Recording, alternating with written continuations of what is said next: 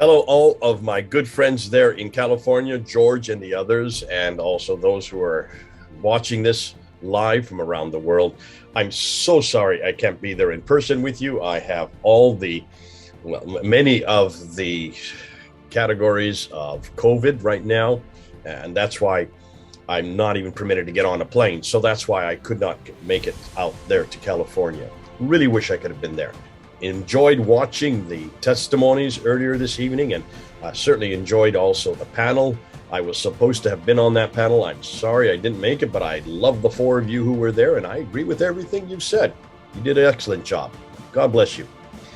Now, George has asked me to talk about the Taliban, mainly because of tomorrow. Tomorrow is the 20th anniversary of the atrocities that happened in 9/11, 2001, 20 years ago.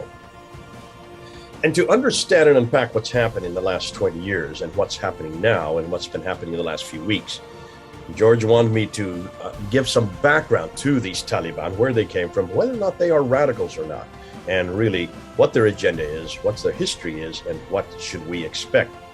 And do we have a solution? Do we have something that we can work towards? Is there something that we as Christians can do concerning not just the Taliban, but also the radicals who are coming this direction, who are coming to the West, and we're going to have to deal with? This is the group that I love the most, mainly because I have been involved with the radicals. This has been my area of expertise, and it's been my love and joy, my remit for the last, I've been working with Muslims for 40 years, but that's certainly the last 30 years. And so that's why I want to talk about the Taliban. Also because I grew up in that part of the world.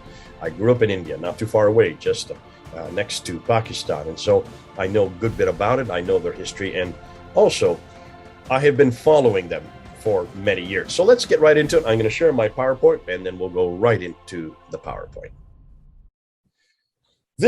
I call this T for the Taliban. It's taken from a video that I put up about 2 or 3 weeks ago, and it got banned on Facebook because it was too controversial for Facebook. So if it's too controversial for Facebook, it'll probably be somewhat controversial for some of you who are going to watch. But let's go ahead and let's unpack it, because we need to find out who these people are, what they've been doing, and why is it everybody is concerned, or why is it people are upset. Well, you have seen the pictures of the Taliban as they've come in. I don't think any of these are surprising to you. Are they really radical Muslims, though? Do they fit the category of radical Islam? No. Defining radical Islam. Let's go ahead and define it, because in order to know whether they do, we need to see what the Muslims have been saying. Ayatollah Khomeini, you know him from Iran. He said this back in 1989, that all adult males must prepare themselves for the conquest of other countries, so that Islam is obeyed in every country in the world. Islam wants to conquer the whole world. Those who are against war are witless. Islam says, kill all the unbelievers, put them to the sword, and scatter their enemies, or their armies, kill in the service of Allah. So that's one definition that we have of radical Islam. Here's another one by Amir Taheri, the Iranian author based in Europe, chairman of Gatestone Institute. He says, Islam says whatever good there is exists thanks to the sword, in the shadow of the sword. People cannot be made obedient except with the sword. The sword is the key to paradise. There are hundreds of psalms and hadith, that's the sayings of the prophet, urging Muslims to value war and to fight.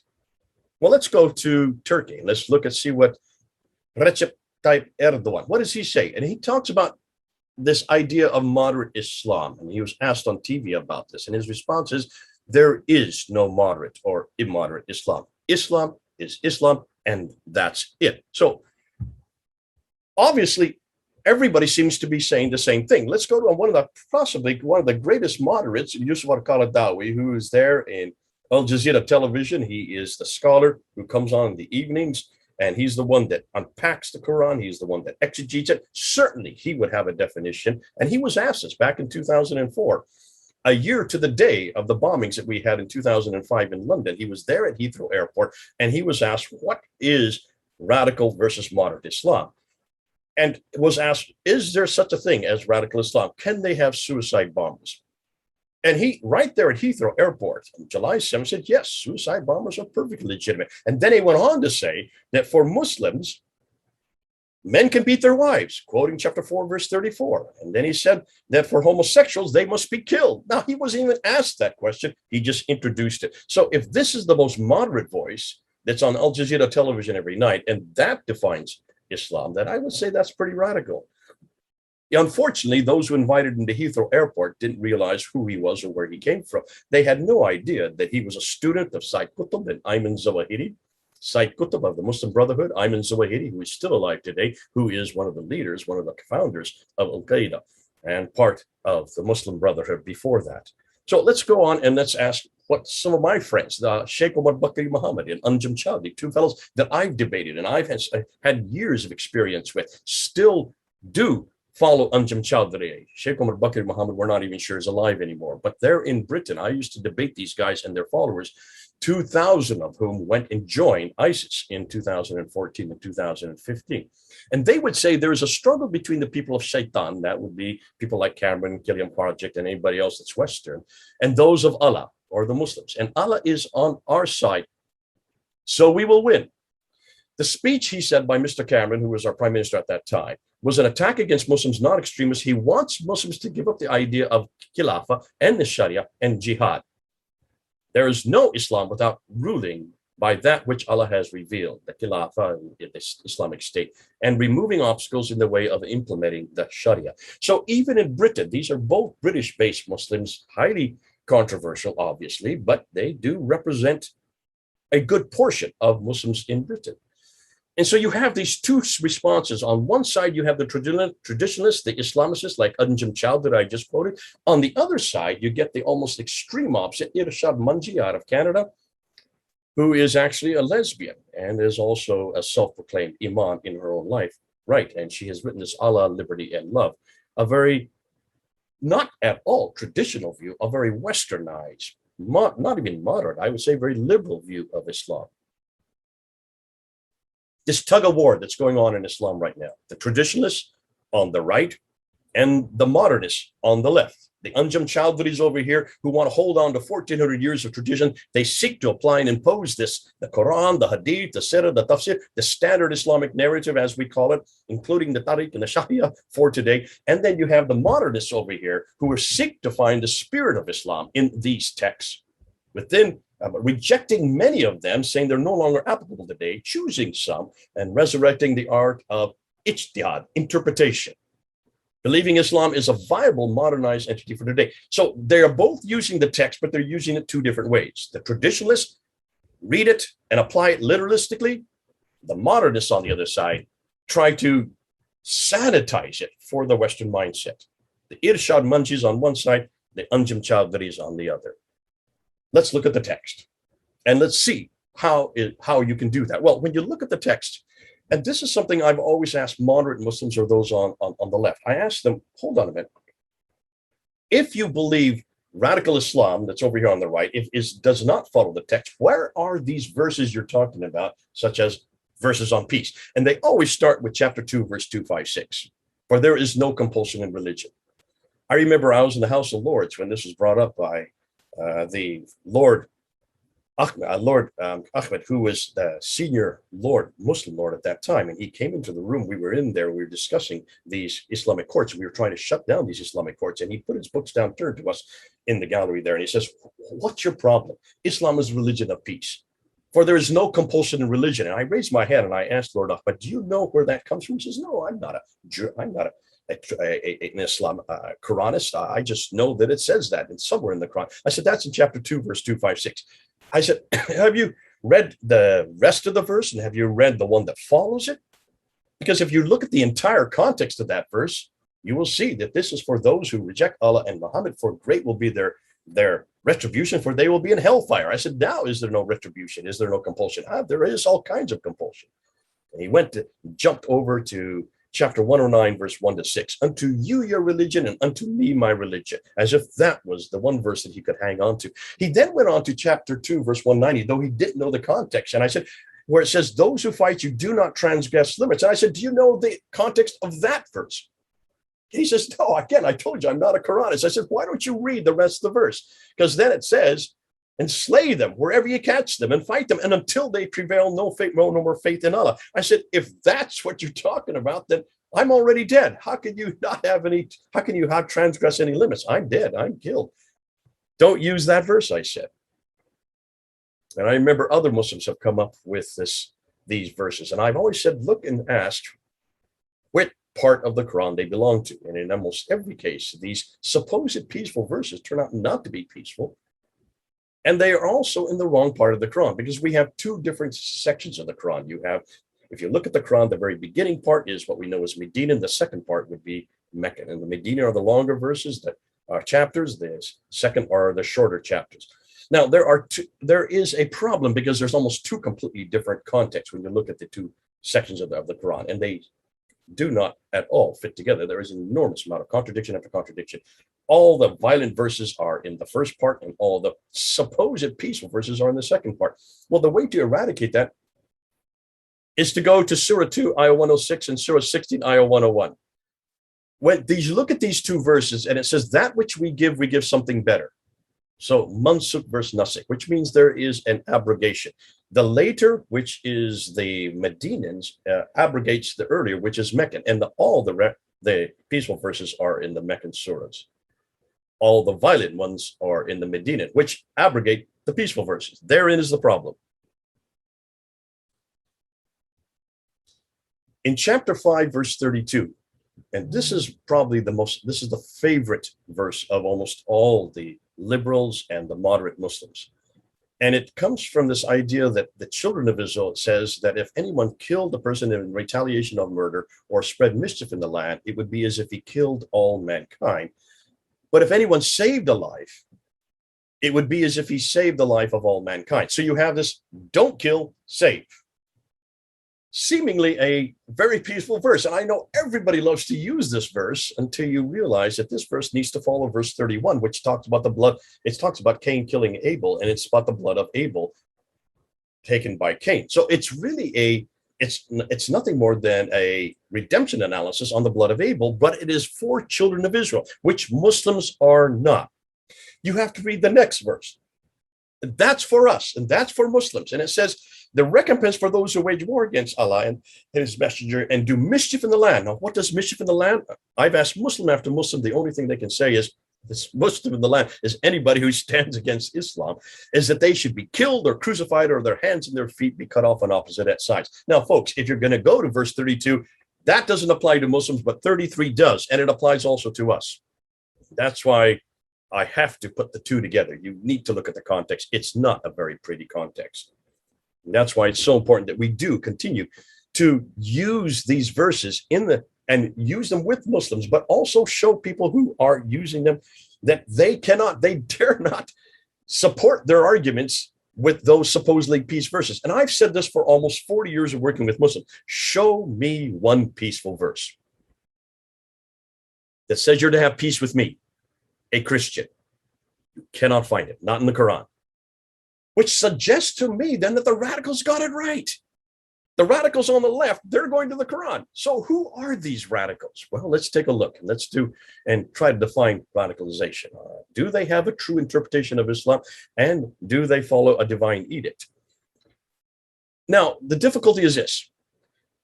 Here in the West, we don't know how to define them. And we really have two different camps. So when we say who are radicals, there's one group that is very popular. It's not just becoming very popular. It's very popular in our pundits. It's very popular in our politicians. It's very popular amongst our, certainly, missionaries. I'm finding it also in our churches here in the US and also in Europe, that say that radicalism is a new phenomenon. It didn't exist prior to 1948, that it's because of the creation of the state of Israel that radical Islam really was created. And because of that, and it was exacerbated by Afghanistan and exacerbated by Iraq, but it therefore is a brand new creation. It really is something that's not even been around 100 years. That's the one group.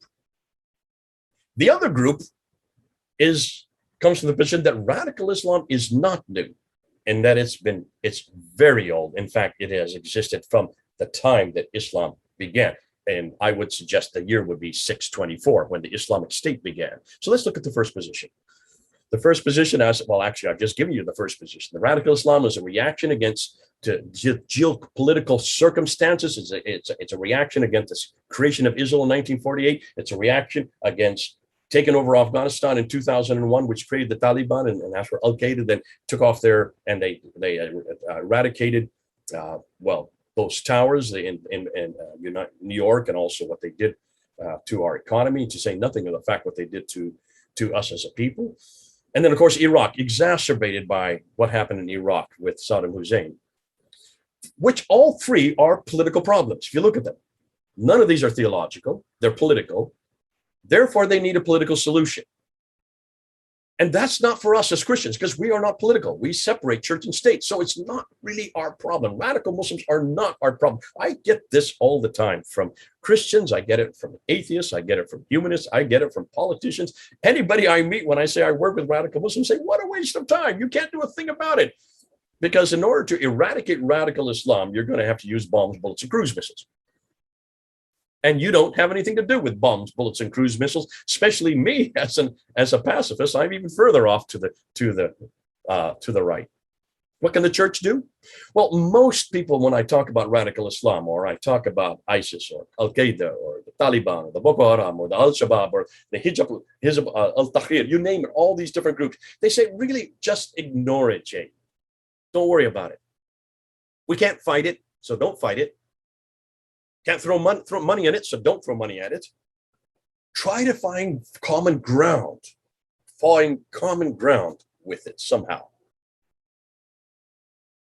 So that's their view. I don't fall in that camp. You can tell pretty clearly that I do not fall in that camp, that the radical Islam is something new and it's all political, and therefore it's only been around for less than 100 years. I believe radical Islam goes right to the very beginning of Islam. The very beginning of Islam.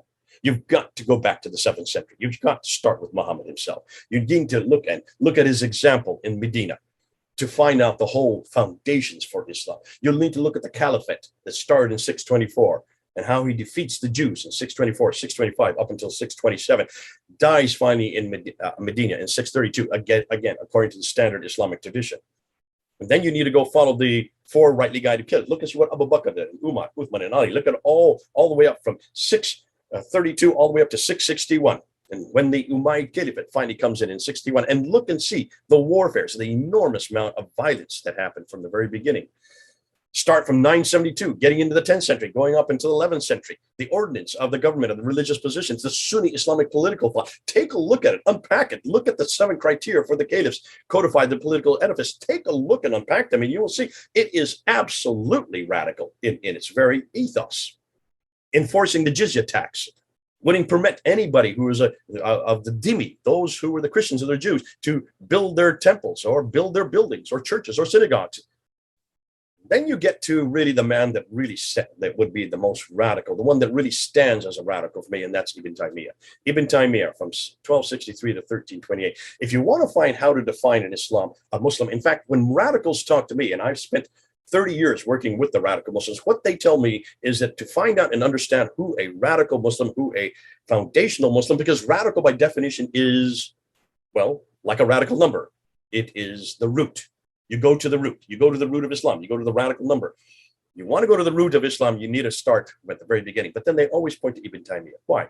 Because Ibn Taymiyyah started from the premise that in order to be a good Muslim, chapter 5, verse 111, you must follow God and you must follow his prophet. Follow God, follow the prophet.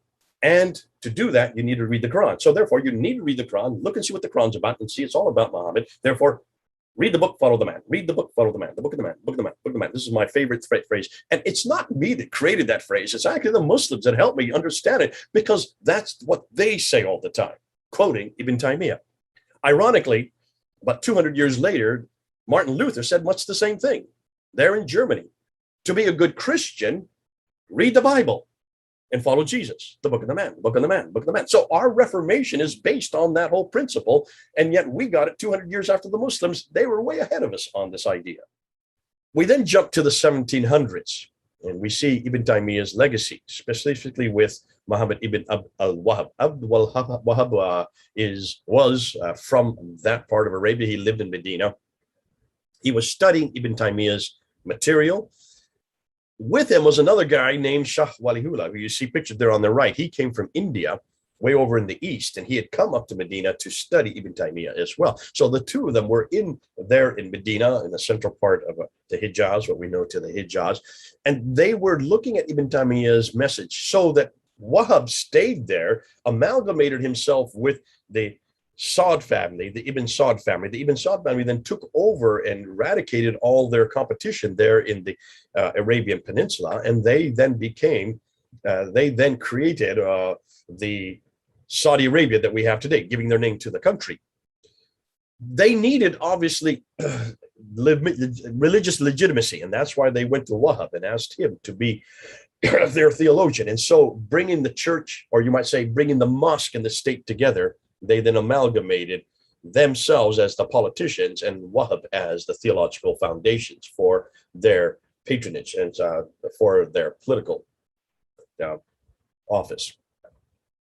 Shah Walihullah took this teaching and went back to India, and it was his talibés, or his students, that's what talibés mean, who then confronted the British, who then moved them off to the west of North India, up into what is today Pakistan in the north and western frontier.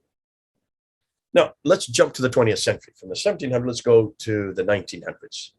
And I want to look at two men, and specifically those that you see pictured there, because these are the radicals who then really pulled up there and made a huge influence there in the Indian subcontinent, which makes up most Muslims today. Today, if you look at Pakistan, India, and Bangladesh, you look at the Muslims that are there, the number of Muslims you're talking about roughly 600 million out of 1.5 billion. There's no other group that's that large. The entire Arab contingent, Arab-speaking Muslim contingent, only makes up about 300, maybe less than that, 280 million. And here you have 600 to 650 million coming out of the Indian subcontinent. And the two names I'm going to look at are Muhammad Ilyas al-Kandhlawi, because in the 20th century, these two men, Kandhlawi and Maududi, Abdul Allah Maududi, were the two strongest proponents of Islamic radicalism.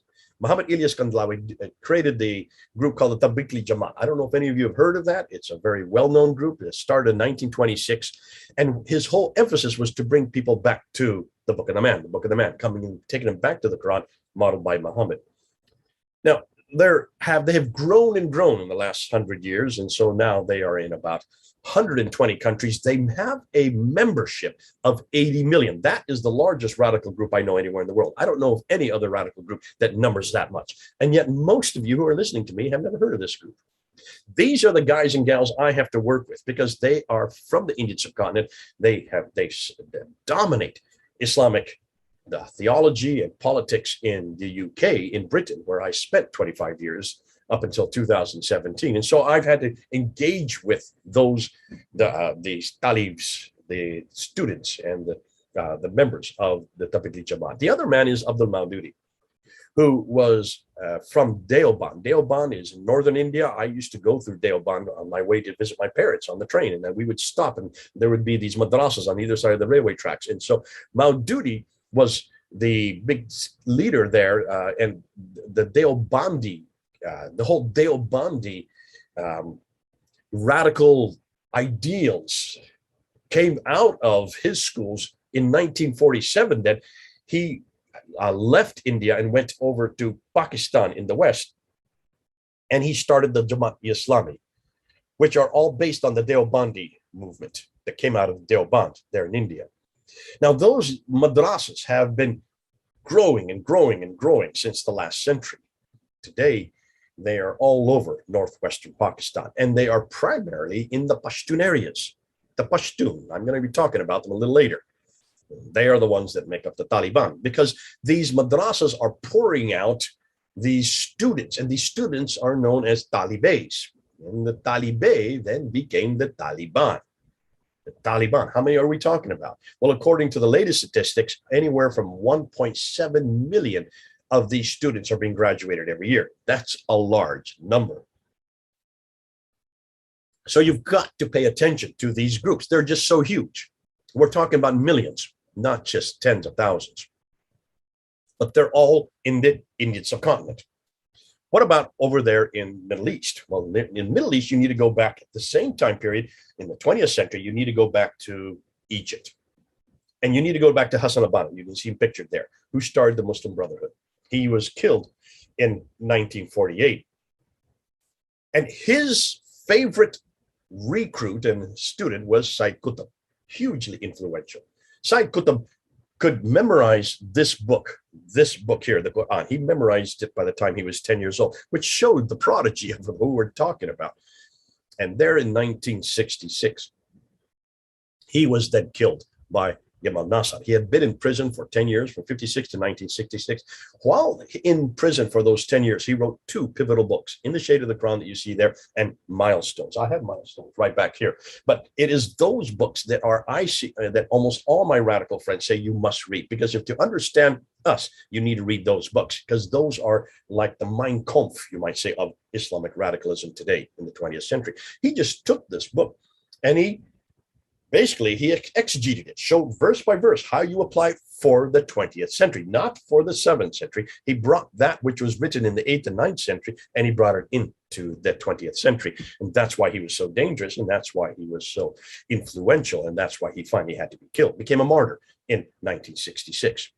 Now, his favorite student is this man you see there behind the jail, behind the bars of his prison.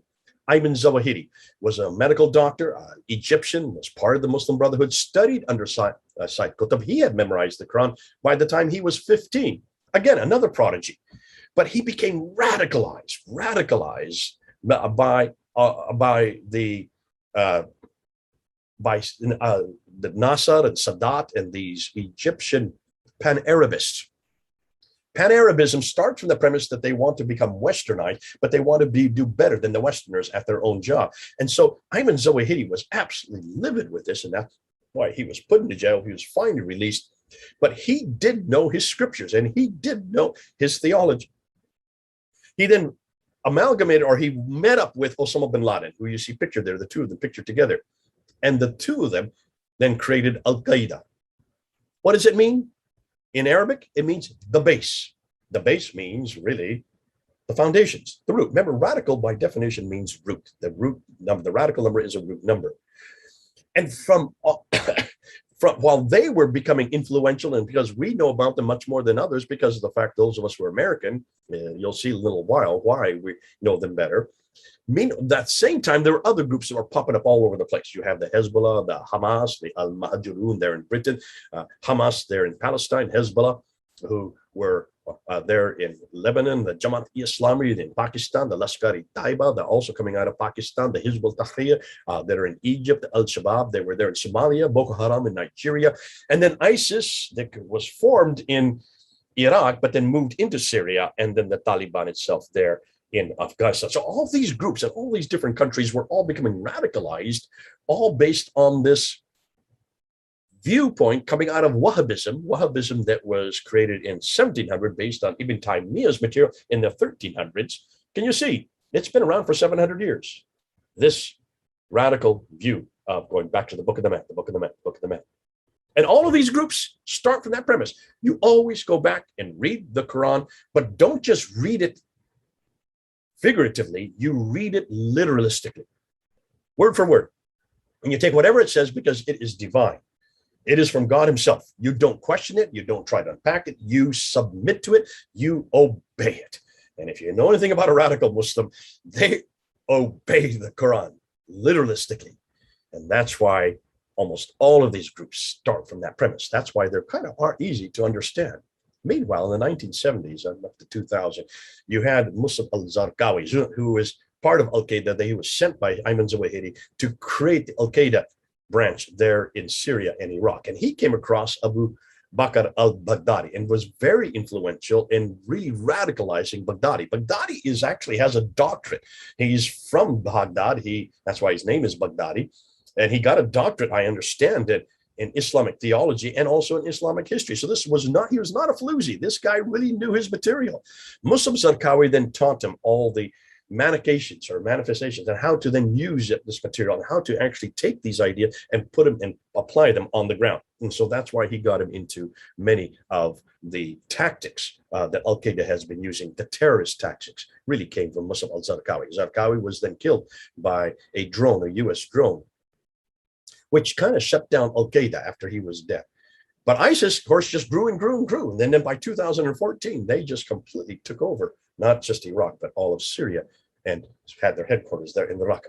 Now, what is the strategy of the radicals? Well, this is something that I used to always ask whenever I wanted to go to many of the Muslim meetings there in Britain. And I would go to as many of them as I can. And I always saw that they always repeated the same thing. Didn't matter which group I went to, didn't matter which building I was in or which meeting I was in. It always came down to these three stages of what they call da'wah, which means to invite. And what they would say was this: if you want to find out what we're to do in the West, or what we're to do in the world in the 21st century, you need to follow the Prophet's life. You need to go back to Muhammad's own life. You need to go back to his biography. And when you look and see what he did, when he moved, he was started receiving his revelations in 610 up until 622. And while he was there in Mecca from 610 to 622, he didn't have any political power. He was oppressed. And so the only thing he could do for da'wah was to write and to receive and to receive these revelations.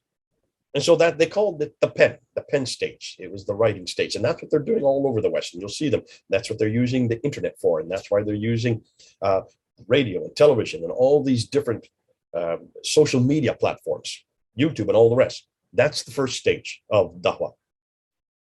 When Muhammad then moved to Medina in 622, for the next 2 years, he started imposing laws and institutions. He created the Constitution of Medina. There's what Muslims are doing in Europe right now, and they're doing it in other countries in the world, like Nigeria in the north. And you're seeing this is happening in many Western countries. They're now imposing. It's happening in Britain, putting in laws and institutions such as Islamic courts now that were finally okayed in 2007 in Britain. That's the scale, which is the scale of law. The lady who has a blindfold, and we have the scale. So they call that the scale stage, those 2 years that he was there from 622 to 624. But then in 624, when the Jews refused to accept him as their arbiter between man and God, which is the first article of the Treaty of Medina, they then started using the sword. And you have the Battle of Badr in 624. You have the Battle of Uhud in 625. You have the Battle of the Trenches in 627. So that by the end of the Battle of the Trenches, there were no Jews left in Medina. They eradicated all the Jews using the sword in the last case.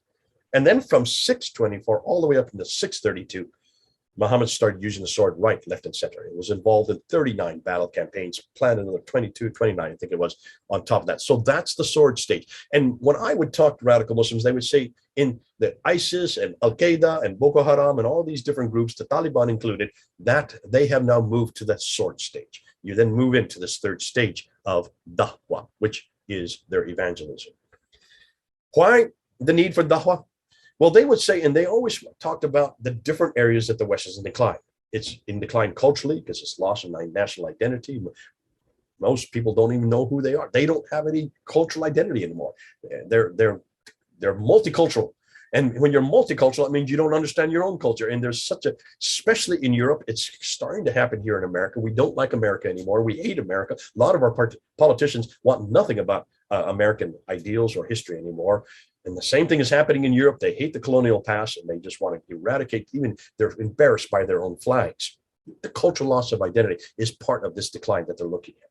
Socially, look at the families, they say. Look at all the dysfunctional families you have in the West. And they have plenty of examples to show. It's all over our newspapers. More, just open up any television channel and look at the movies and the TVs, the movies. Look at the sexual promiscuity in all of our films and also our music. That proves that we are morally in decline. Spiritually, especially in Europe, only 5 to 7% of the populace go to church anymore. So Christianity has basically lost its sell-by date. And then economically, well, look at capitalism. Look what capitalism does.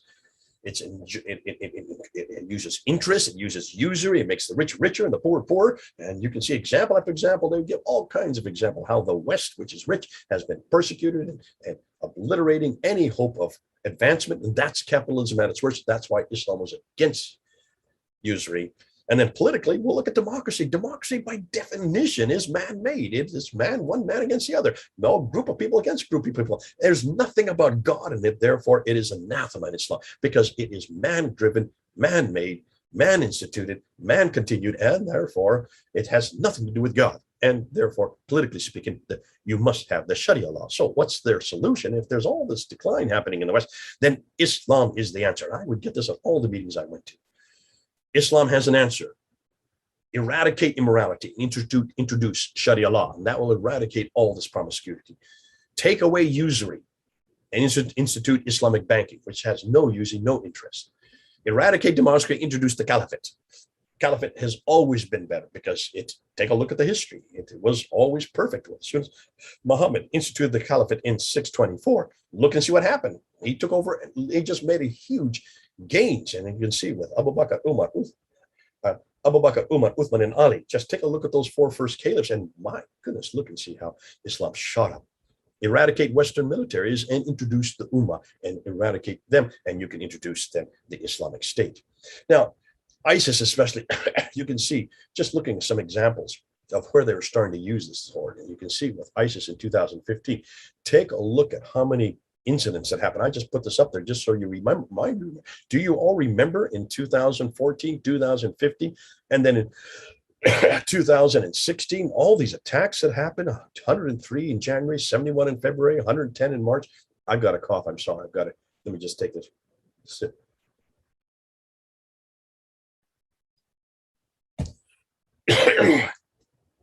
$153 in April, 198 in May, 233 in June, 190 in July, 145 in August, 190 in September, just in 1 year. Enormous amount of attacks. When you look at the Western versus the non-Western attacks, you can see against Westerners, not nearly as many as attacks against non-Westerners. People think it was all against us. No. Take a look. There are a huge amount of attacks in Egypt, but down below, if you look at the bottom line, Yemen and Kuwait and Turkey and Lebanon, ISIS and these radical groups actually attacked more of their own than they did of Westerners themselves. And take a look on the worldwide, the red dots, those are the places that were attacked by ISIS. All those inspired by ISIS are the ones with the circles. So you can see attacks all over the world, even including in the United States. When you look by country, I'll let you break it down. You can see that the number of countries that are there.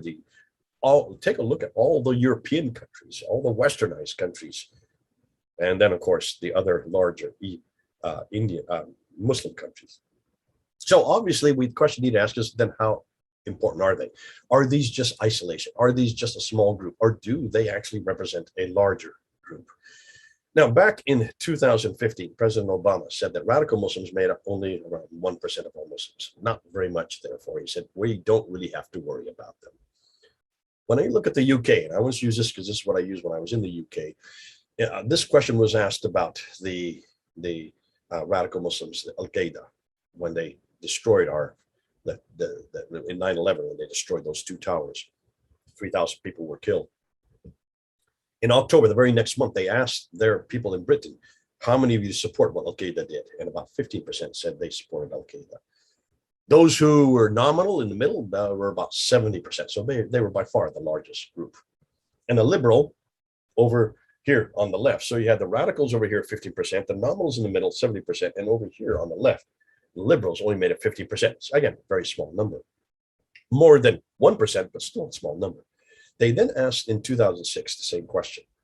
And this group that had been radical over here had grown to 43%, so over 40%.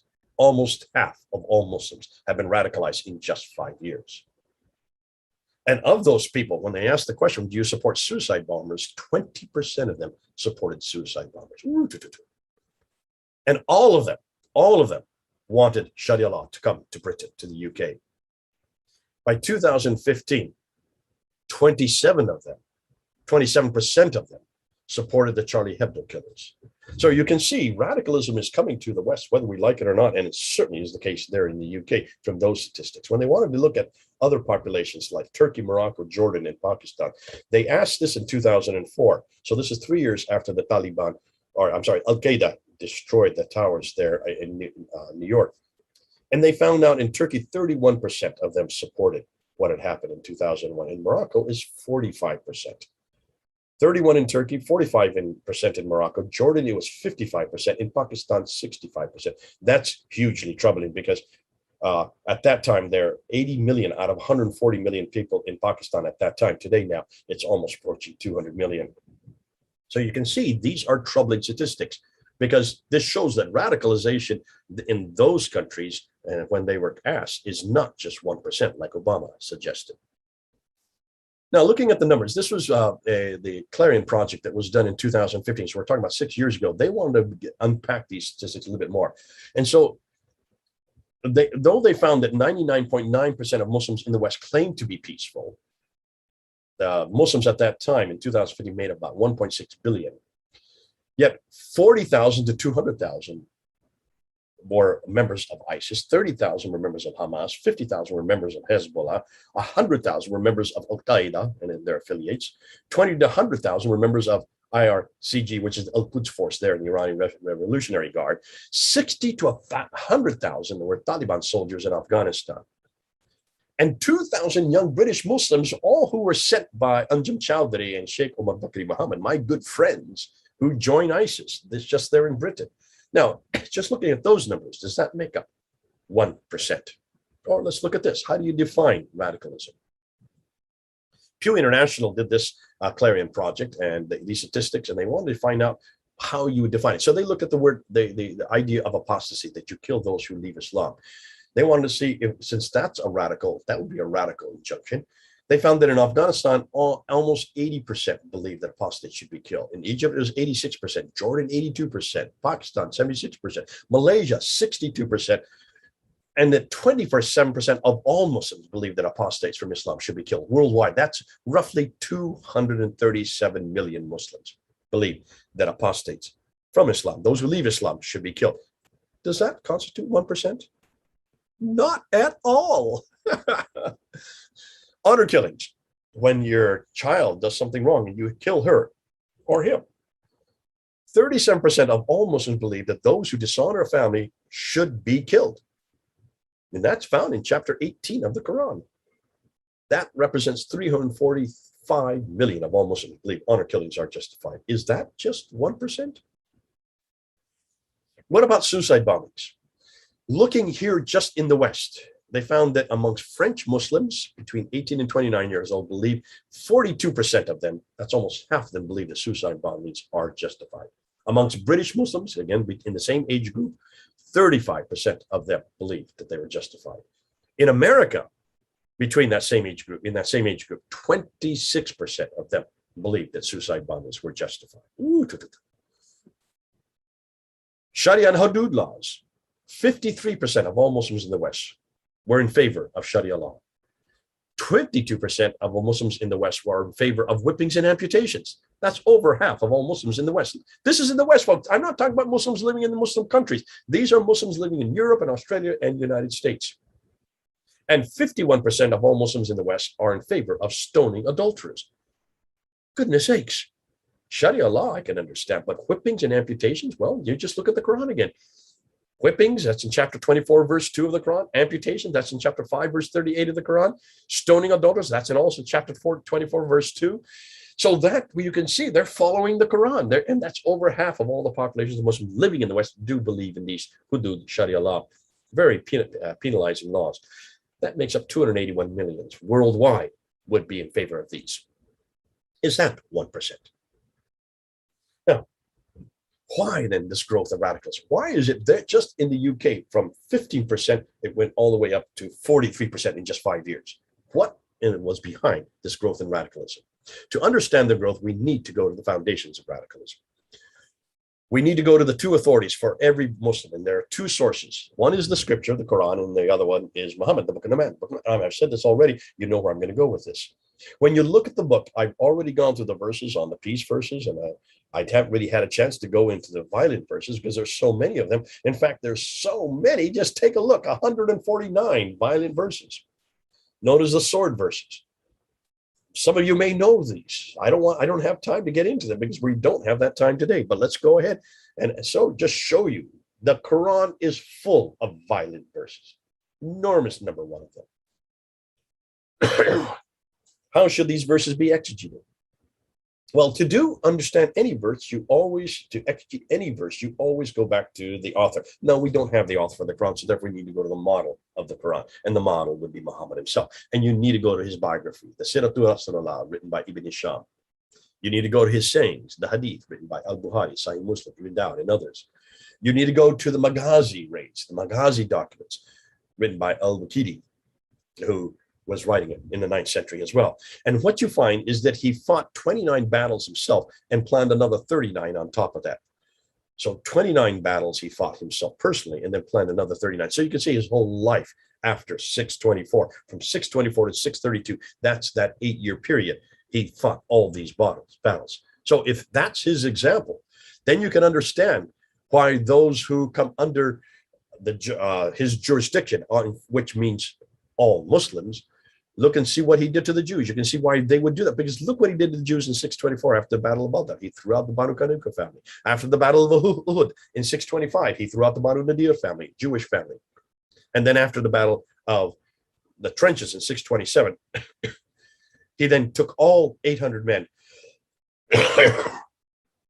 He took all 800 men and he slit their throats and put them into pits where then they all died. Some of them very quickly, others slowly. Those who criticized him, Asma bint Marwan is probably the most famous, this poetess who wrote poetry against him when he moved to Medina in 622, and he had her killed. Umar, the blind disciple, went and killed her that night, stabbing her through the chest. About 25 people were assassinated, and their crime was that they critiqued Muhammad. They criticized Muhammad publicly. With these scriptures and the example of the Prophet Muhammad, can you then understand why so many within Islam today are saying what they are saying and doing what they are doing? Their authority, they believe, is that of Holy Writ, a divine authority modeled by the greatest and clearest paradigm for mankind, for all peoples, all places, and for all times, including Iraq and Syria, and I would say also Afghanistan. So what about Afghanistan? Let's move to Afghanistan. We're going to be commemorating 20 years where this group of Al-Qaedas, these 19 young men who came from Afghanistan, and they flew those 4 jets, 2 into the World Trade Center, 1 into the Pentagon, and 1 was brought down in Pennsylvania, in Western Pennsylvania. Where did this group originate? Now, to understand the Taliban, we need to do another history lesson. Excuse me, I love history lessons, but let's just go through, because that'll help you understand better as to where they originated, who they are. And we need to see who the Pashtuns are, because it's the Pashtuns who were and are the Taliban. And you understand, to understand the Pashtuns, you need to look at this map. This is a map that shows you the border of Afghanistan, which was created in 1893 in a mapping office in London by a British military man named Sir Mortimer Durrant. So it's called the Durrand Line. And he used ridges and rivers to make that line, make that border. And you can see it cuts off the Pashtuns from Pakistan and the Pashtuns from Afghanistan. Half the tribe was left in Pakistan, it was India at that time, and half the tribe was left in Afghanistan. He wasn't interested at all in looking at tribal groups. He just wanted to find a good line on mountains and streams. That's why he cut the Pashtuns completely in half. Remember that orange spot, because that's going to come into play when we talk about the Taliban. When you look at Afghanistan today, that's what you see. And you notice there's different colors there for a reason. On the yellow, that would be the Tajiks, who you can see Tajikistan be above them. The pink is the Uzbekis, from Uzbekistan straight above them. And the green are the Hazaras. In the brown are the Chahar Aimak, and then the blue, that's the biggest group, and they're the ones that are by far the strongest of all these groups are the Pashtuns. They're the Pashtuns. They're the northern half of the Pashtuns, and they are the ones that are causing all the problem. Now, the Soviets came and they controlled Afghanistan from 1978 to 1992. They were finally thrown out, and they finally had to leave in 1992. But from 1992, there was a civil war between the competing warlords. The warlords each represent the different tribal interests. So you have the Uzbekis and the Tajiks and the Baluchis, and also the Turkmen and the Hazaras, and especially the Pashtuns, who were vying for control over that country, because that country is made up of so many of these tribal groups. So what about the Taliban then? So where did they come out of all this? To do that, we need to look at, to understand that, we need to look at this character right here. This is the guy that started the Taliban. His name is Mullah Muhammad Omar, or someone just called Mullah Omar. That's usually his usual name. There he is as a young man in a colored photo, and this is what he looked like when he started the Taliban in 1994. He was living in Kandahar. And he was upset and infuriated by what was happening in the Civil War. He was realizing that there was all these different tribal groups, and that he, as a Pashtun, was incensed that they were not really interested in the people or in the country. They were just interested in themselves. Each warlord wanted to have dominance. So therefore, he created the Taliban. Now, who are the Taliban? Well, they are the Talibans. He had 50 students. That's it. He only had 50 students who are his students called Talibans, and he created the Taliban with them in 1994. Almost immediately, the word got down to Pakistan, to these madrasas. Remember these madrasas I talked about earlier that were started by the Deobandi movement? They are a very radical group that had believed in the Book of the Man, Book of the Man, Book of the Man. Maududi was their teacher. And the Jamaat Islami was the group that created these madrasas. And there's millions of them now who are being graduated. Well, back there in 1994, they came across the border and they joined the Taliban there in Kandahar. And they just started moving right up through all over the northern parts, and they started taking over the Uzbekis and the Tajiks. They finally in 1996, they took over Kabul. And they just eradicated anybody in their way. So from 1996, the Taliban then controlled all of Afghanistan, and they continued to control Afghanistan for 5 years, up until 2001. Meanwhile, while they were doing that, they invited Al-Qaeda, who was having problems. Ayman Zawahiri and Osama bin Laden were living in the Sudan, and they were not getting any help from anybody. And Osama bin Laden went to Saudi Arabia to help them. He said, I would love to help you out. He was rebuffed by the Saudi Arabians, his own country. So he was infuriated by the rebuffing. And so the Taliban then motioned them to come on over to Afghanistan. In fact, it was the only country he could go to. So Osama bin Laden came to Afghanistan, then was joined by Ayman Zawahiri. Ayman Zawahiri then was a much more adept man. Osama bin Laden, really, to be fair, Osama bin Laden was nothing more than a playboy from a very wealthy family, the bin Laden family. You build a lot of these skyscrapers you see all over the Middle East, especially in Dubai, and you can see these. He had multi-million dollars worth of goods, and so he went to Afghanistan very shy, didn't know much. Didn't know the Islam very much. He didn't even know how to hold a gun. And the first time he held a gun and shot it, it made him jump, from what he understands. But what he did is he brought a lot of this building equipment from his family, and he brought them to Afghanistan, and he started carving out these huge, enormous tunnels. And it was these tunnels that actually they became like the headquarters for many of the Taliban. Zawahiri came and joined him then, and Zawahiri did know the Quran, did understand theology, was much more adept, and was very powerful because he'd been very powerful in Egypt, and he had been studied under Said Qutb and Hassan al-Banna. So he was one of the best. And so when he joined with Osama bin Laden, he gave an awful lot of authority to Osama bin Laden. Osama bin Laden was quiet and meek and mild, and had a great smile, but didn't know much theology. But he loved Ayman Zawahiri, and the two of them were a perfect match. Now, what's interesting is Osama bin Laden was then killed on May 2nd, 2011. You all know the story in Abbottabad, there in Pakistan, watching television, basically, he was just become a recluse in that room. Ayman Zawahiri has not been killed, and he's still alive today. And some people think in the last 2 or 3 weeks, he's now returned from Pakistan, where he was living, and he's returned to Afghanistan. Hugely important because of his influence, because all the way through, Al-Qaeda have been influential because of mainly Ayman Zawahiri, who's come out of the Muslim Brotherhood there in Egypt. So why did the US fail so miserably? Why in the world did they do such a terrible job? Well, I think the main reason is because look why they went to Afghanistan. There was nothing strategically important about Afghanistan. We can understand why the Russians went to Afghanistan because they're right next to Afghanistan in the north. That is their southern border. They needed a buffer place from all this radicalization going on in Pakistan and amongst the Pashtun. And that's why they wanted to take over Afghanistan so they could have a buffer against this radicalization that's percolating there in the southern parts of Afghanistan and the northern parts of Pakistan. That made sense, but they only lasted from 78 to 92.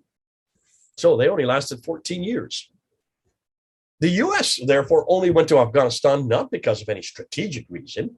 They went really out of revenge. They wanted to revenge 9/11. That's why we just went in willy-nilly and destroyed, conquered the Taliban, took over Afghanistan. It was easy to do because that really all we had to do was shut down the Taliban, who were not doing that well anyways because of the fact that they don't know how to run schools. They don't know how to run cities. They're not from the urban areas. They are from the hills, the mountains. So what did the Americans do? They got their revenge. But they didn't get Osama bin Laden. They didn't get Ayman Zawahiri for one very simple reason. They just melted across the border down into Pakistan. What are the advantages? If you draw a line right through the Pashtun and the Pashtun on either side of the border, you can go back and forth over the border quite easily and nobody can stop you. No one will stop you because there's both groups on the same group on both sides. So what did they do? Well, once they finally did get Osama bin Laden in 2011, that's when they should have gone out. But by that time, they stayed around to nation build. And that's what the whole big term was. We are going to nation build. We are going to make this country a Western country, bring it into the West, kicking and screaming into the West, which is America loves to do. And we love to do this everywhere. We want to make them democratic. And so we built hospitals and we built schools and we brought in businesses and we made businessmen and we freed up the women to go to the schools and freed up the women to get into government and freed up the women to get into the businesses. And we were creating Afghanistan in our own image. We created the largest standing army Afghanistan has ever seen. 300,000 men, at least a few weeks ago, up until August 15th. We have 300,000 men. That's just 3 weeks ago, folks. Goodness sakes, nothing in the history of Afghanistan has seen something that beautiful, that great. And we were patting ourselves on the back. Then Trump comes to his presidency and he says, we need to get out because everybody, once we had got Osama bin Laden, end of story, mission accomplished. Why are we in Afghanistan? So from 2011 for the last 10 years, every president since then has said, we're getting out of Afghanistan. We're getting out of Afghanistan because this is bleeding us. And we're tired of seeing body bags because we were in the south while all the Europeans were in the north, the easy areas, in the Uzbeki areas, in the Tajik areas. Only the British and the Americans were in the Pashtun areas, in Lashkar and in Kandahar and in Kabul and in Jalalabad. That's why the Americans wanted to get out, because we were bleeding. Soldiers were coming back in body bags, and there was no reason to stay anymore. Revenge had been accomplished. After 2011, there was no reason to stay, but because of our conscience and because we wanted to do well, we wanted to nation build. And so we created this huge army, 300,000. Where did they come from? Because that army just gave up. In 10 days, everything came apart. In 10 days, between August 5th and August 15th, last month, August 5th and August 15th, 10 days, 20 years was destroyed. You all saw the pictures. I don't have to tell you what happened. Thousands of people rushed to the airport. They tried to get on those planes. Some young men, some boys grabbed onto the wheels and they took off with the planes and their bodies fell to the ground. You could see the videos of them falling to the ground and they were killed. What desperation? What in the world would give that kind of desperation? Well, they had been seduced by the Americans. They have been seduced with hospitals and schools and businesses and freedoms that they never seen before. And they wanted those freedoms. And suddenly they found out that these Taliban, now for 10 days, they have been watching and hearing. We watched, we heard, we saw how that the Taliban, the first thing they did, they went up to the north. They went up to the north. And what did they do? They went up to the north and they took over Mazar-e-Sharif. That was genius, because that means they took over an area that they were not even a stronghold. not one of their strongholds. They went over to the west, over here, and they took over Herat. And they went over to the east and took over Jalalabad. And then they took Kandahar in the south. So they took the major cities, the 4 major cities. All they had left was Kabul. And they just walked right into Kabul. And in almost all these areas, there was no fight. There was no battles. They just walked in. They really just walked in, especially in Kabul. They just walked into the presidential palace, and then they just took over. And you can see the picture, them sitting there, they're standing there, they're just looking kind of befuddled. They don't know what to do. They didn't even look in place. There's this beautiful desk, and here they are. They're just looking everywhere, and they have, look what they're holding. Look what they're holding. They're holding M16s. Those are American weapons. Those are American weapons. What had happened? Well, everywhere they went, this 300,000 soldiers just took off their uniforms, put on civilian dress, and handed them their weapons. Why did they hand them their weapons? Because the US, for 20 years, really only controlled the cities. They only controlled the cities. They controlled, looking from your perspective, Kabul, Mazar-e-Sharif, Herat, Kandahar, Jalalabad, and Lashkar-Gah. That's Lashkar-Gah. That's where the British controlled.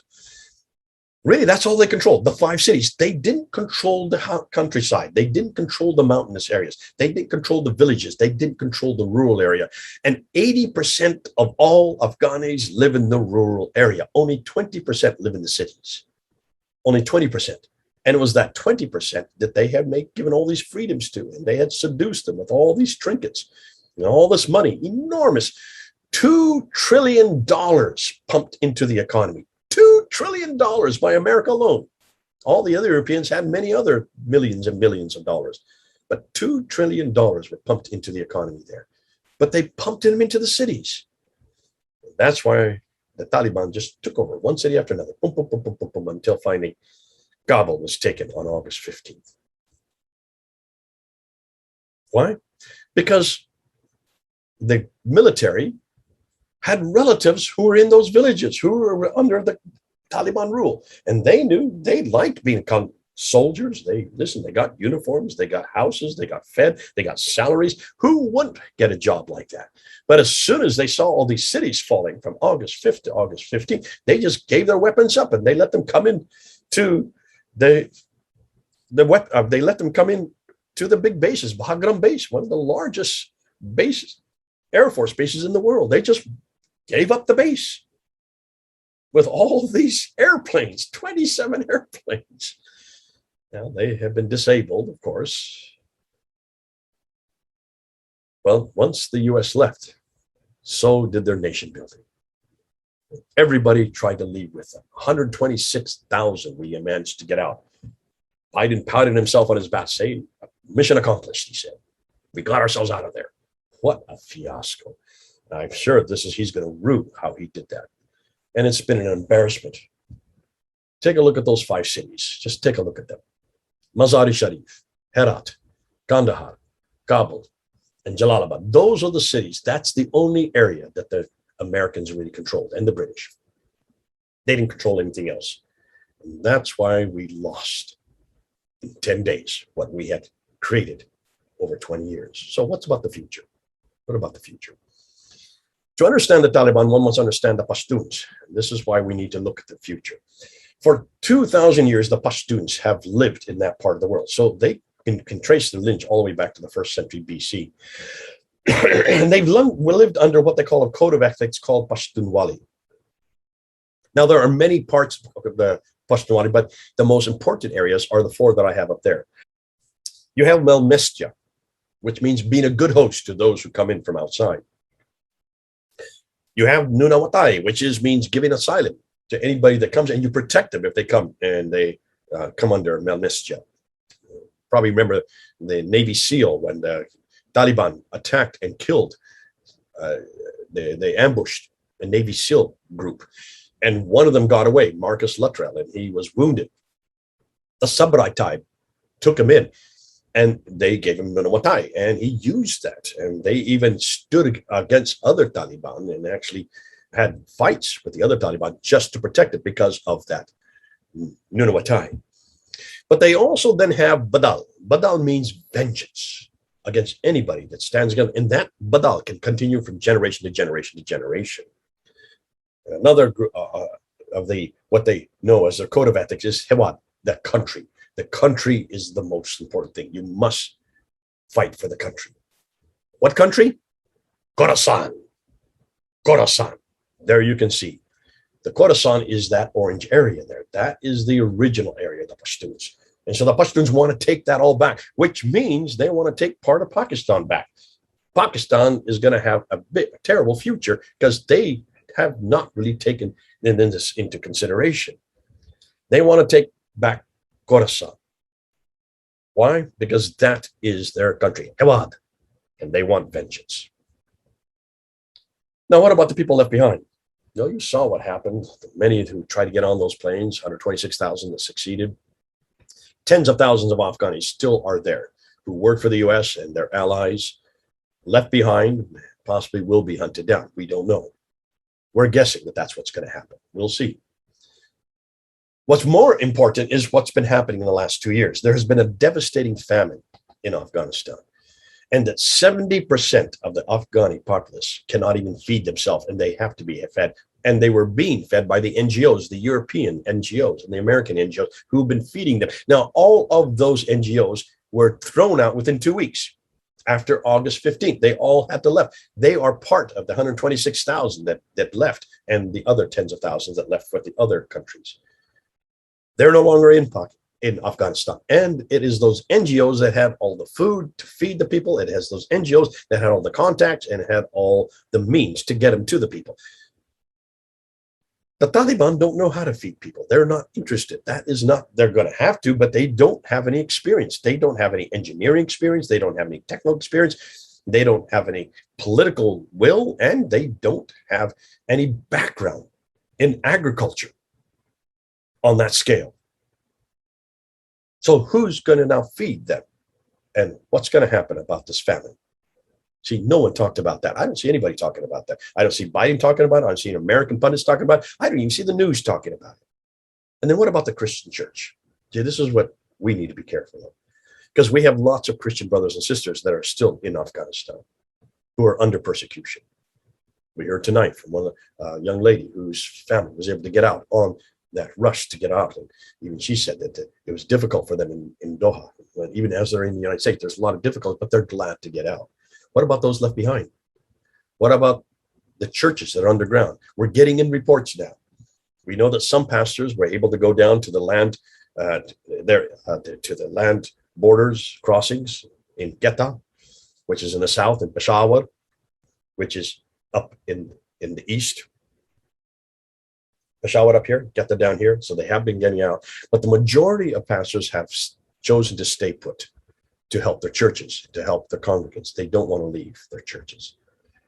What we're hearing is a number of pastors are having to move from house to house to house every night because their neighbors are pointing them out, are filching on them to the Taliban. And the Taliban are coming with lists of their names. Where did they get that list from? How did they get their names?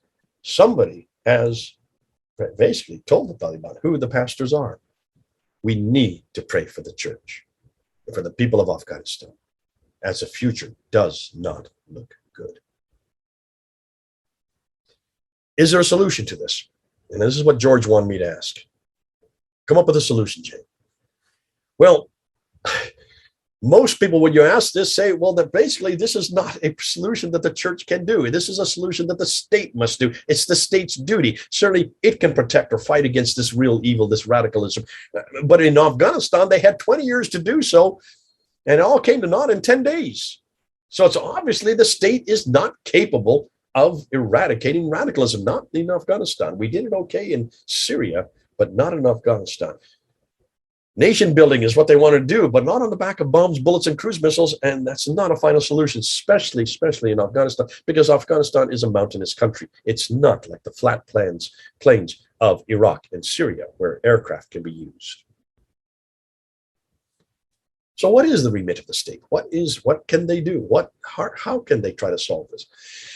The state is there to police, but can they understand religious ideology, which underpins everything radical Muslims believe, including the Taliban. No, they aren't. They are flummoxed at the extreme rage when Muhammad is insulted and struggle to understand why the Charlie Hebdo atrocities have happened. They can't understand even why the Charlie Hebdos was a problem.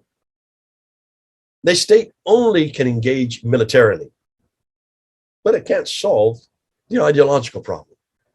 Because of the separation of church and state, when you look at the separation of church and state, the state doesn't know how to deal with that which is in the church, or in this case, the mosque.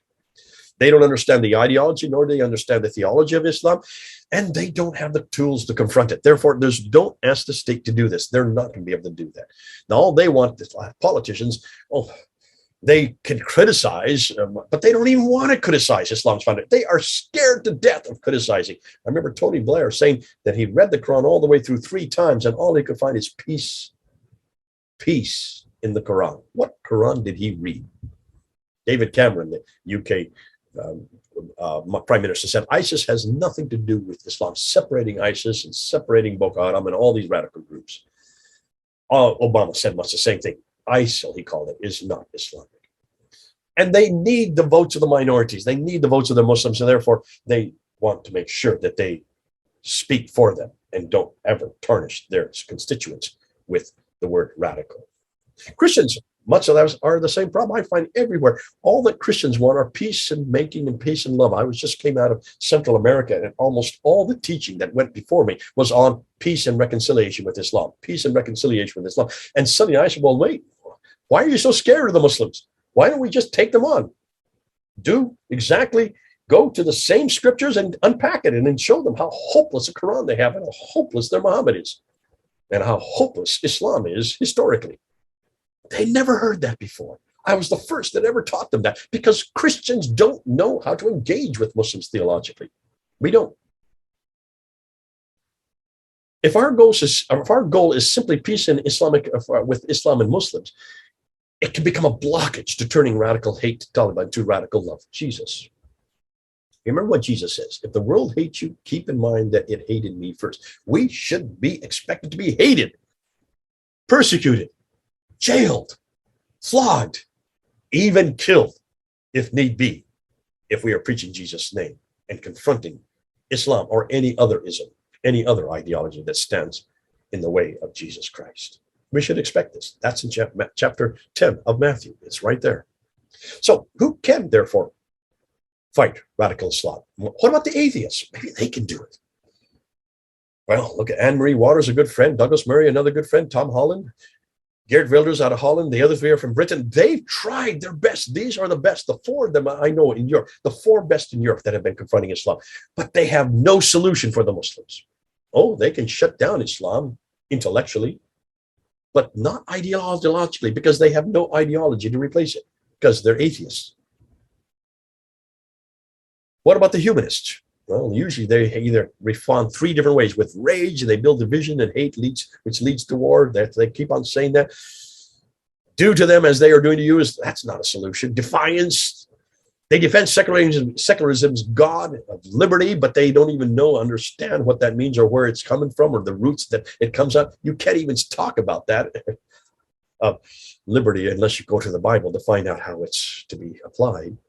They try to address the issues, but they don't even understand the religion they're trying to address. And then many of them, because out of frustration, they just end in fear. Pretend all's well. They worry, but they don't act. They blame all religions as equally guilty, and that's how they get around it.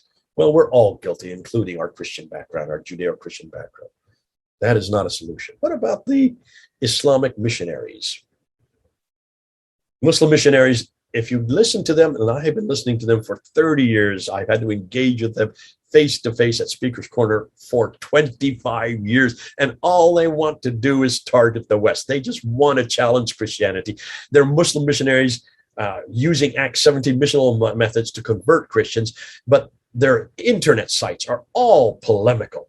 They're not even interested in the radical Muslims. They are only interested in attacking us as if we're the problem. Their tracts always blame Christianity for immorality, war, and materialism. They're missionaries. They never, ever target radical Muslims because for one very good reason. They are fearful of radical Muslims. They would rather have nothing to do with them because they know that they cannot support what they say using scripture like the radical Muslims can. They never source the book of the man, the missionaries I come across. They always just look at all the problems, polemical, but they cannot at all use, they're hopeless when it comes to apologetics. That's why the radicals are so much more exciting to work with, because they can, and they do, and they always source what they say in scripture. What about moderate Muslims who live in the West? Bernard Haeckel, Princeton scholar, said this: moderate Muslims are embarrassed and politically correct with a cotton candy view of their own religion that neglects what their religion has historically and legally required. Many denials of the Islamic State's religious nature, he said, are rooted in an interfaith Christian nonsense tradition. So he gives no hope for the Muslim moderates who are here in the West. What about Christians? Among native Christians and Muslim immigrants in Western Europe, this was done in 2013, looking and questionnaire, looking and see how they sort what they believe. If you take a look at the orange versus the light cream color, the orange or the brown, I don't know what color you would call that, gold, let's call it gold, are the Christians returning to the roots. Only 20% of Christians return to the roots, whereas 58% of Muslims living in the West return to the roots. Believe that only one true and binding religion, 18% of Christians believe that there's one true and binding, whereas Muslims, 74% believe that there's only one religion, and that's Islam. That religious rules are more important than secular rules, only 12% of Christians believe that, whereas 65% of Muslims believe that here in the West. And those that agree with all three, only 3% of Christians, half of all Muslims agree with that. So you can see Muslims, whether they are radical, nominal, or liberal living in the West, have a much more radical view of their own religion and have a much stronger faith and defense of it than we do. So how has the church responded? Well, there's a number of things. Christian missionaries tend to respond either covertly or overtly. They tend to hide the truth. They tend to, even amongst our missionaries, they just don't understand this kind of Islam. They want an Islam that they can bring home to tea. They want an Islam that they don't have to argue with. They want an Islam where everybody will say yes, yes, yes to everything they say. Therefore, they're fearful to engage. And I found missionary after missionary in country after country where I go, they just don't know how to engage with Muslims. So they spend all their time hiding behind what I call friendship only model. They only want to make friends, find commonality, find things that they can find in common, which limits their opportunities. In fact, that usually becomes the goal, just making friends. They don't ever want to preach the gospel because they're so fearful they may offend the Muslims. They do not like public engagement. Strangely, believe me, it is unchristlike. I used to get that all the time. For 25 years in Britain, I used to be labeled, I'm unchristlike, because I was confronting Muslims at Speaker's Corner every Sunday and shutting them down on the Quran and shutting them down on Muhammad and shutting them down on their history. They hated that because they thought that was not what Christ did. So who has the solution to radical Islam? Not the atheists, not the Muslim missionaries, not the moderate Muslims.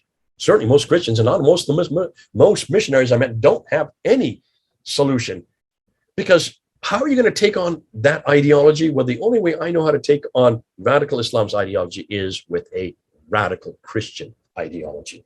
Radical Christianity is the only solution I can see for radical Islam. Romans 1:16, for I am not ashamed of the gospel of Christ, for it is the power of God unto salvation for everyone who believes. Remember, the Apostle Paul was a murderer of unbelievers before he met the Lord Jesus, after which he converted, transformed, and took the gospel to the very people that he was murdering. All nations. So look at some radical Christians. Well, these are the only ones I could find from Europe when I was there. Myself, Dr. Patrick Sogdale, and Sam Solomon. I looked and I tried to scour and try to say, who are the radical Christians that we're talking about who are engaging publicly with Islam? Dr. Patrick Sogdale, Sam Solomon, amazing characters, good friends of mine. And I would do it myself because I couldn't find anybody else in other countries who was actually publicly doing it. On this side of the Atlantic, I'm sorry, but others that started coming along, like Beth Peltola, who used to be Beth Grove, Hatun Tosh, who you've been seeing all over the news in the last few months. Sarah Lumgar, those three were all on my team. And the only reason why they were so radical is because Pfander was so radical. And Pfander, who was our paradigm from the 1800s, we used him as our paradigm. And then we brought brought Dr. Jonathan McClatchy along, and he's now really moving right ahead in his debating experience and expertise with taking on Muslims right, left, and center. And the reason I think this new group coming out of the UK is because of our material, the Book and the Man. Others that have now come up who are even a newer group are people like Mel from Sneakers Corner, or Murad, who is also from Sneakers Corner. And Bob, actually, he's actually Middle Eastern, but he works out of Sneakers Corner, which is European. Bob the Builder, an amazing character. He's kind of just taken over my an awful lot of my bombastic ability that he's now there at Speaker's Corner with Soko Films. And then Kay, who is doing a great job there also on Soko Films. Here in the US, well, there are the big four right there. David Wood, Sam Shamoun, Al-Fadi, and Usama Dagdak. I'm sure I'm missing some. There may be some others, but these are the big four that I think of are the ones that are really engaging public with Islam. Maybe Al-Fadi not as much. He's not that in that bombastic. He does more of an interview style. But certainly David Wood and Sam Shamoun and some of that, you can't stop these guys. And they're able to do that on the internet, and they're having a huge influence all over the world. Others who are engaged, well, I put myself there now that I'm here in the United States. And then, of course, Colin coming out of Islamic Critique. And then Christian Prince, who no one knows who he is. We just love his voice, and we love what he's doing. He lives here in the States, but I don't know where. Don't ask me anymore. And then, of course, Anthony Rogers, our good friend, who is here at this conference and is doing such a great job on his channel. And he's doing such an amazing job, theologically speaking, really taking on the best and the brightest and just impacting, I think, theologically speaking, on the Trinity, on the divinity of Jesus, authority of Scripture, you name it, he's doing it. He's one of the great ones coming up. And look out for him. You'll see more and more from Anthony Rogers. Others, Tony Costa, Nabil Qureshi, he's now deceased, but he has been such an influence with his writing. Tony Costa, Dr. Tony Costa, who's out of Toronto, just amazing what he is doing. And what I love about him, he's such a passive, easygoing type of character, but what he says is absolutely devastating. Mary Jo White out of Dallas, and she has been doing some great debates. And then, of course, Samuel Green, a friend for many, many years coming out of Australia, who's done a great job there in debating and also just taking on Muslims all over the world. He's trying to make sure that he debates all the best debaters, and he lives there in Hobart, Tasmania.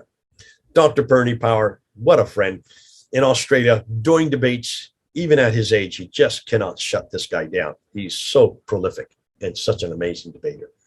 Others in Africa and Asia, John Gilchrist, who is a guy that really influenced me in my earlier years. He's still going at it. He's a lawyer there in South Africa. Brian Marion, who's one of those he's trained up there in South Africa. Brian Thomas from Mumbai and Narendra Sahu, both from Mumbai. These guys are debating not only Muslims, they're debating Hindus, you name it, they're debating. These guys are amazing debaters. And then, of course, Tamil Joshua, who destroyed there in Tamil, one of the most influential Muslim clerics, just in one debate, using historical criticism, all in Tamil.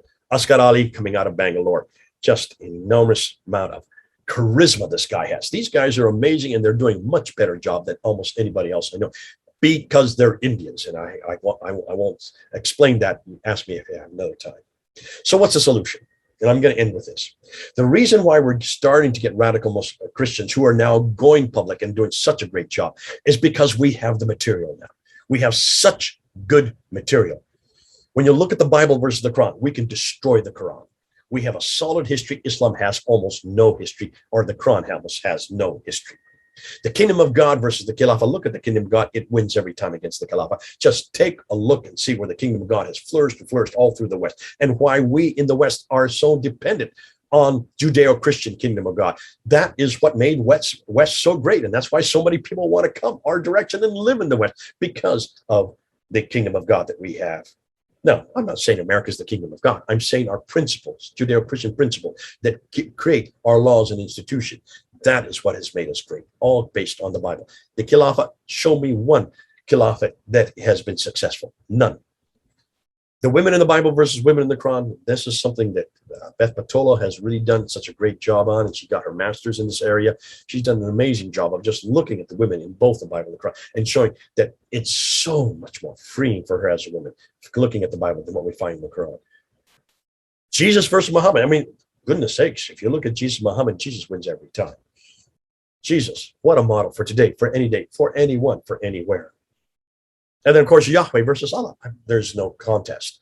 Yahweh just destroys Allah. Everybody falls in love with Yahweh and in Jesus.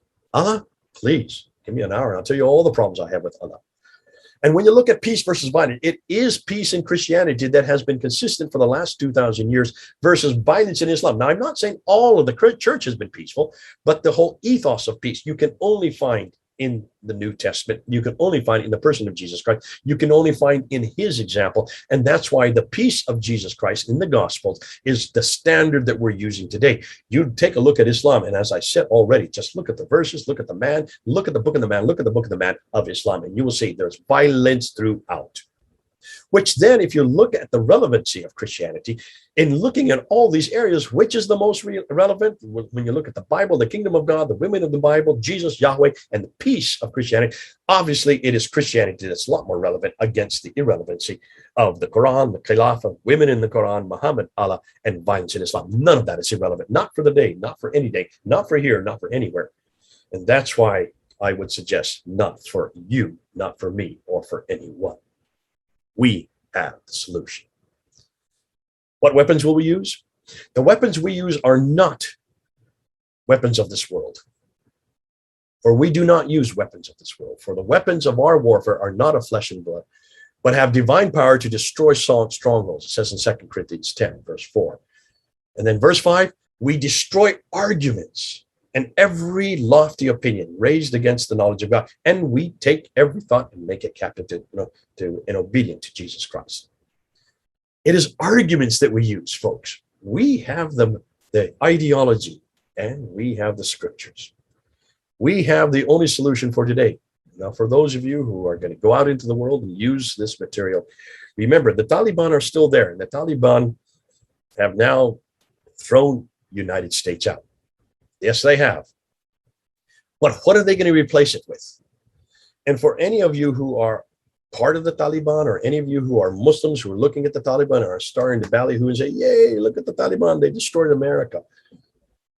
Do you really want to live in that type of environment? Do you want to go back to Afghanistan? Do any of you want to go back? What about the tens of thousands that wanted to leave, that still want to leave? What is it about what America tried to do in nation building there that was correct? And what is it about many of you who have come to the West, including many of you who are watching right now, who are living in the West, who are living here in the United States and living in Europe, and you're living in the West because of something about the West that attracts you? And it's not just the economy, or you might say, if it is the economy, why is the economy so good here? Now, I've always asked this question. Muslims say, well, because we have evil people in in Muslim countries who are always corrupt. Well, why is it that we don't have that corruption here? What's so different about Western economy? What about the culture? Why is our culture so attractive to you if you come from Islam? Why aren't you going to Islamic? Why did all those tens of thousands of people who try to jump on those planes, and there are 126,000 who got onto those planes, why did they all come to the US? Why didn't they go to Saudi Arabia? Why didn't they go to Pakistan right south of them? Why didn't they go to any other Muslim country? And why did they all want to come to America and to Britain and to Norway and to Germany and to all these other countries in Europe? None of them wanted to go to Muslim country. Well, I shouldn't say none. Maybe there were a few. The vast majority wanted to come to our countries. Culturally speaking, that doesn't make sense. What about politics? If you really believe politics is the problem, then why don't you go to a political country that is like you? Why don't you go to Saudi Arabia, where it is based on a theocratic state? That's the best theocratic state. Well, better yet, now that Afghanistan is ruled by a theocratic political power, the Taliban, they are theocratic. Everything is hierarchical. Allah at the top, the ulama underneath, the ummah, the believers. The ulama are the religious leaders. Then they call the ummah. Then underneath that come the al-kitab, that's us. And then at the very bottom, the kafirs. You see what they're doing to the kafirs. You see what they're doing to the al-kitab. They're killing us. They're killing us. If you really like it so much, if you really think Islam is the answer, go to Afghanistan now. It's open now. It's an Islamic state. It is perfect for you. You can now just immigrate back there. But you're not going to. No, you're not going to. Because you've been seduced by the West. There's something about the West that seduced you, isn't it? There's something about the West that really has attracted you to make you want to come here. Well, let me tell you what you've come to. You've come to freedoms that you got used to. The few of you who were in Afghanistan who saw those freedoms for 20 years, you've come to those freedoms and you like those freedoms. The freedom of expression, the freedom for women to go into the workplace, the freedom to be educated, women to be educated alongside men, the freedom to have a voice in politics, the freedom, yes, to even move and immigrate, and the freedom to even leave your religion if you want to. The choices you have that we have in the West are all based on biblical, Judeo-Christian ideology. So when you come to the West, realize you're moving into now those freedoms again. And those freedoms took thousands of years to gain, all based on the person of Jesus Christ. I could go on and on about Jesus Christ. If you really do not want to go back to Afghanistan, which most of you, I'm sure you don't want to, then don't bring Afghanistan here. And don't bring the Taliban here. We don't need any more Sharia law. We don't need any more failed states, any more failed institutions, any more failed people, any more failed structures of immorality. We don't need that here, folks. One of the beauties of the West, based on Judeo-Christian principles, is that we have the freedom to vote, we have the freedom of movement, we have the freedom of speech, and we have the freedom of expression and even the freedom of choice. All these freedoms is why you've come. All these freedoms is what you love about the United States and about Europe and all the other countries that have been in your country now for those of you in Afghanistan for 20 years and helped you to see what those freedoms were like. We tried to do nation building. That was not the right way to do it. Obviously, we didn't succeed. But now you're here.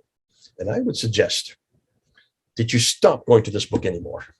It has not succeeded. And it's not going to succeed in Afghanistan. And come back to this book.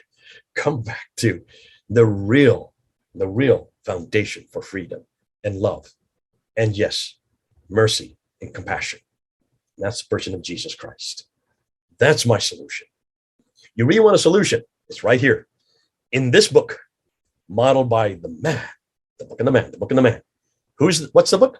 The Bible. Who's the man? Jesus Christ. He's the man for today, for every day. He's the man for you. He's the man for me. He's the man for everywhere. God bless you. It's been going good beat with you. I know I've gone a little bit long, but I hope you realize that if you want to have tea with the Taliban, be careful, because the tea with the Taliban, you might actually get you under their grip and under their control. Why don't you come back and have tea with us? It's a better tea. It's a lot more fruitful. And it's based on everything we know on this book. God bless you. This is Jay. Over and out.